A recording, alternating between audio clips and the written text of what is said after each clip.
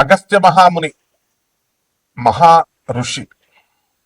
అటువంటి అగస్త్య మహాముని అవతారం అనేక సందర్భాల్లో అనేక యుగాల్లో జరుగుతూ ఉంటుంది. నండూరి శ్రీనివాస్ గారు టోపీ అమ్మని అవధూతగా గుర్తించి అరుణాచలంలో వారు చాలా ప్రచారం చేశారు. భక్తులందరూ కూడా వెళ్ళి ఆమెను దర్శించుకున్నారు. అదేవిధంగా కలియుగంలో సప్త చిరంజీవుల గురించి చూసాం మనం. అలాగే ఆంజనేయ స్వామి వారి కదలివనంలో హిమాలయ పర్వతాల్లో ఉంటారని చూసాం.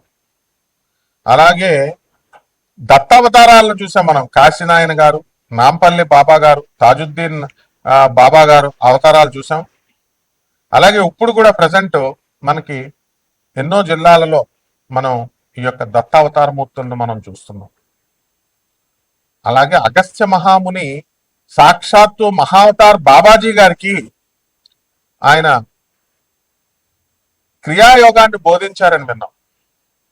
మళ్ళీ ఆ అగస్త్య మహాముని కలియుగంలో ఈ 2025 సంవత్సరంలో రావులపాలెం గ్రామంలో దిలీప్ శర్మ గారిగా అవతరించారు. వారు చిన్న వయసు నుంచే మరి మీడియా రంగంలో ఉంటూ ప్రజలందరినీ కూడా ధార్మికంగా ముందుకు తీసుకెళ్తూ తనదైన శైలిలో వారు తీసుకెళ్తున్నారు. అదేవిధంగా సాక్షాత్తు జగద్గురు అయినటువంటి దత్తాత్రేయ స్వాముల వారు మరి మనందరికీ తెలుసు గాణగాపురంలో నిత్య నివాసిగా ఉన్నారు. వారు కలియుగంలో బిహెచ్ఎల్లో గురునాథ శర్మ గారిగా కటిక బ్రహ్మచారి అవతారంలో ఇప్పటికి కూడా ఇంకా పెళ్లి చేసుకోలేదు ఆయన. ఆ అవతారమూర్తి దత్తావతారమూర్తిగా వెలిశారు. ఇలా ఎంతో మంది మహానుభావులు ఉంటారు. అటువంటి గురుమూర్తుల పాదాలకు నమస్కారం చేస్తూ మనం ఇప్పుడు శుక్రమూఢము నడుస్తుంది. ఈ శుక్రుడు మంచిగా ఉంటే ఏమిటి, అస్తంగత్వం పొందితే ఏమిటి, మూఢాల్లో శుక్రుడి యొక్క ప్రవర్తన ఎలా ఉంటుంది, వాళ్ళు ఇచ్చేటటువంటి రిజల్ట్ ఎలా ఉంటుందో మనం తెలుసుకుందాం. మనకి 11 డిసెంబర్ 2025 సంవత్సరం నుంచి ఇంకా నవంబర్ అని కొంతమంది చెప్తున్నారు. మొత్తం మీద రవి 14వ తేదీ తర్వాత ప్రతి నెల మారతాడని మనకు తెలుసు. 2025 సంవత్సరం ప్రస్తుతం 14 తర్వాత మకర సంక్రాంతికి 14 జనవరికి మనకి 2026 సంవత్సరంలో మకర రాశి ప్రవేశం చేస్తాడు. అలాగే 14 డిసెంబర్కి ధనుసు రాశి ప్రవేశం చేస్తాడు. అంటే ప్రస్తుతం మనకి రవి ఎక్కడున్నాడంటే మనకి వృశ్చిక రాశిలో ఉన్నాడు.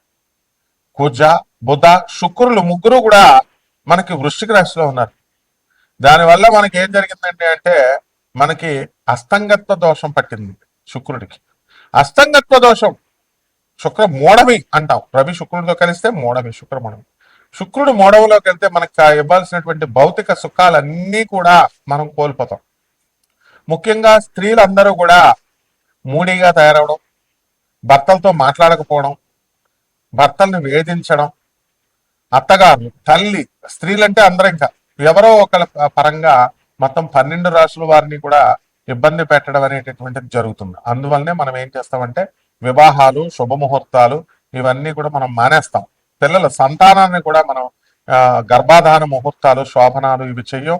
కనీసం ఎంత స్ట్రిక్ట్ అంటే మరి కనీసం పెళ్లి చూపులకు కూడా వెళ్ళాం. ఆ విధంగా గోదావరి జిల్లాల్లో మాకు చాలా పట్టింపు ఉంటుంది అనమాట. మూడాల్లో అసలు మాట్లాడకూడదు. మరి అటువంటి శుక్రుడు మనకు కనుక మంచిగా ఉంటే సంపదలను ఇస్తాడు, పెళ్లి కానిటువంటి వాళ్ళకి పెళ్లిళ్ళు చేస్తాడు, సంతానాన్ని ఇస్తాడు. మరి అలాగే చక్కగా ఆయన వాహన యోగాలను ఇస్తాడు, ఏసీ రూములను ఇస్తాడు, ఇల్లుల్ని ఇస్తాడు, అన్ని ఇస్తాడు. శుక్రుడే బలం తగ్గిపోతే ఇంక మనకేం ఉంటదండి ఇప్పుడు. కాబట్టి మళ్ళీ ఆ శుక్రమూఢం ఎప్పుడు దాకా పోతుంది?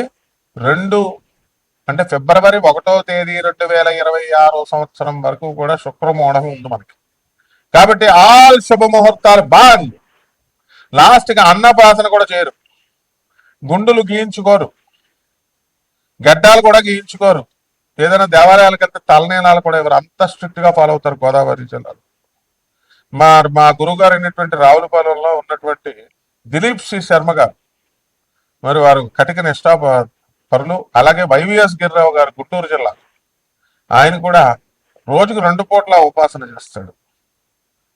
ఎవరు ఎవరున్నా సరే, సీఎంలున్నా, మినిస్టర్లున్నా, లేకపోతే ఎమ్మెల్యేలున్నా, సాయంత్రం అయ్యేసరికి 6 అయ్యేసరికి సంధ్యావందనం, పొద్దున సంధ్యావందనం చేస్తారు. సీనియర్ అసిస్టెంట్ గా గవర్నమెంట్ లో గుంటూరులో సెక్రటేరియట్ లో ఉద్యోగం చేస్తున్నారు. ఇలాంటి నిష్ఠాపరులు ఉండడం వల్లే ఇంకా కలియుగంలో మనకి కాస్త ధర్మం నిలబడుతుంది అని మనం చెప్పాలి. ఆ విధంగా శుక్రుడు మనకి ఈ సంపదలను ఇచ్చేటప్పుడు 12 రాశుల వారికి విచిత్రంగా ఒక్కొక్కరికి ఒక్కొక్క ఫలితాన్ని ఇస్తాడు. తర్వాత 2026 సంవత్సరంలో ఫిబ్రవరి 1వ తేదీ దాటిన తర్వాత మరి శుభముహూర్తాలు ఇస్తారు. దీని అంతటికీ కూడా కారణం ఏమిటి? మరి ఇప్పుడు కూడా ఈ శుక్రమూఢములో మనం సమంత గారు, అందాల నటి, తెలుగు యువకుల హృదయాల్లో మరి కలల రాణి అటువంటి సమంత, హీరోయిన్ సమంత ఈ శుక్రమూఢంలోనే పెళ్లి చేసుకుంది డిసెంబర్ 1వ తేదీన. మరి ఆమెకు తెలియదా? ఆమె దగ్గర పండితులు లేరా? అలాగే బాలకృష్ణ గారు అఖండ సినిమాని రిలీజ్ చేసుకున్నారు. ఎప్పుడు మనం అది అనివార్య కారణాల వల్ల ఆగిపోయింది. ఎందువల్లంటే సాక్షాత్తు పరమేశ్వరుడు, బాలకృష్ణ గారు పరమేశ్వరుడు అవతారం, అఘోరిగా యాక్టింగ్ చేయడం కోసమే శివుడు అవతారం వేసుకుని వచ్చినంత ఇదిగా ఆయన యాక్టింగ్ చేశారు. అలాగే శ్రీనివాసుడు, వెంకటేశ్వరుడు, తిరుమల వెంకటేశ్వరుడు బీబీ నాంచారమ్మను పెళ్లి చేసుకున్నాడని మనం విన్నాం. ఎందువల్ల? హిందువుల అమ్మాయిలు లేరా? కాబట్టి మనం అందరం కూడా దీపు స్టార్, మరి అలాగే మౌలి, అలాగే మనకి ఈ యొక్క ఆయన పేరేంటి, దత్తాత్రేయ, అలాగే పార్థు, అర్జునుడి పేరు, వీళ్ళందరూ కూడా ఎంతో కష్టపడి పేదవారి కోసం మరి ఈ ఛానల్ ద్వారా ఫ్రీగా జ్యోతిష్యాలు, నాన్ కమర్షియల్ ఆస్పెక్ట్తో సలహాలు అందరి చేత కూడా వాళ్ళు చేపిస్తున్నారు. అలాగే వేణువు గారు ఈ యొక్క చైర్మన్ ఛానల్కి పేదవారు బాగుండాలని కోరుకుంటాడు ఆయన, అంతే. కాబట్టి కన్సల్టేషన్స్ ఏముండవు మాకు ఈ ఛానల్లో. మీకు శుక్ర దోషాలు ఉన్నటువంటి వాళ్ళు చక్కగా మీకు ఏ డౌట్లు, భార్యలతో యుద్ధాలు పెట్టుకోవద్దు, భార్యలు కొట్టేస్తారు. ఇప్పుడు అందరూ భర్తలను బాధేస్తారు, ఏమొద్దు, చెవులో దూదెట్టేసుకోండి.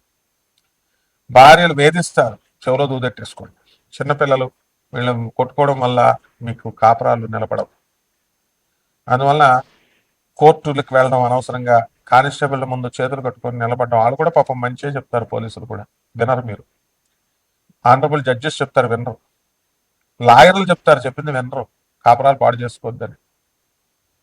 కాబట్టి ఒక స్త్రీ యొక్క విలువ అనేటటువంటిది మా గురుగారు అయినటువంటి గురునాథ్ శర్మ గారు ఎక్కువ చెప్తూ ఉంటారు, దిలీప్ సి శర్మ గారు చెప్తా ఉంటారు.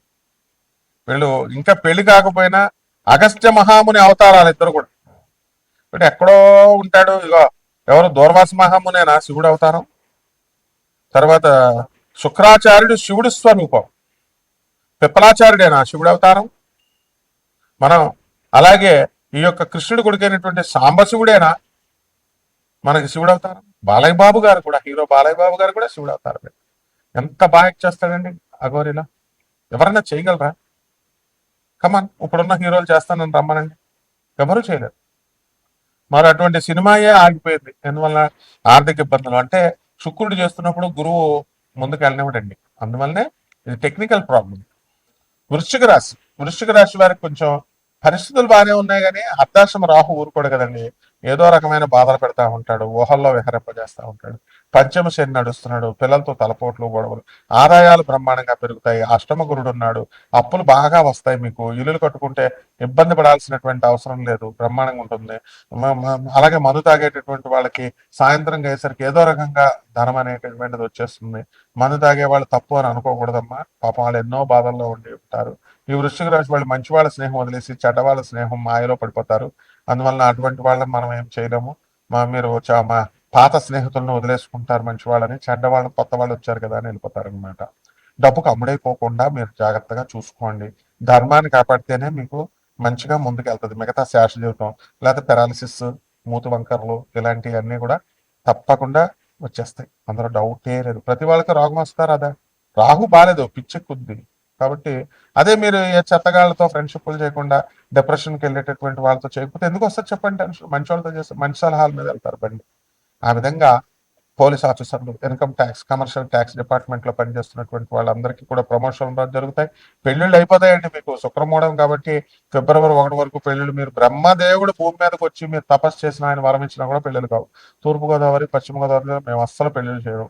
ఇక తర్వాత మా కృష్ణా నది, మా గోదావరి నది ఒకటి చాలా స్ట్రిక్ట్ గా పాటిస్తాం అనమాట. జాగ్రత్తగా చూసుకోండి.